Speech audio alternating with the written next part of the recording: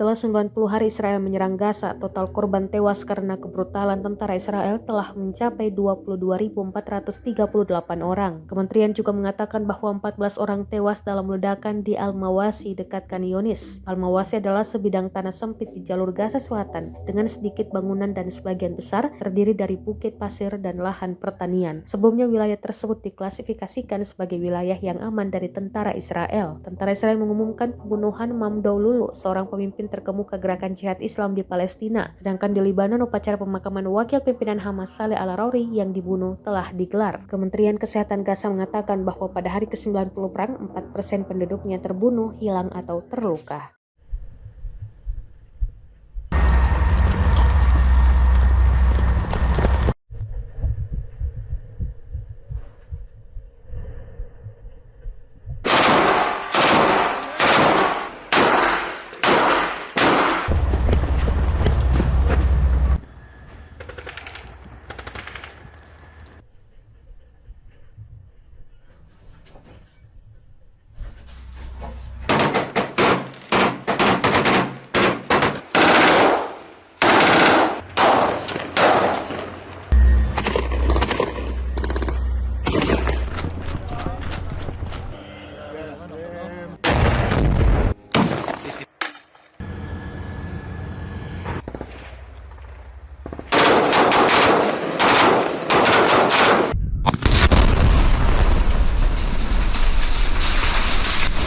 Download Tribun X sekarang, menghadirkan lokal menjadi Indonesia.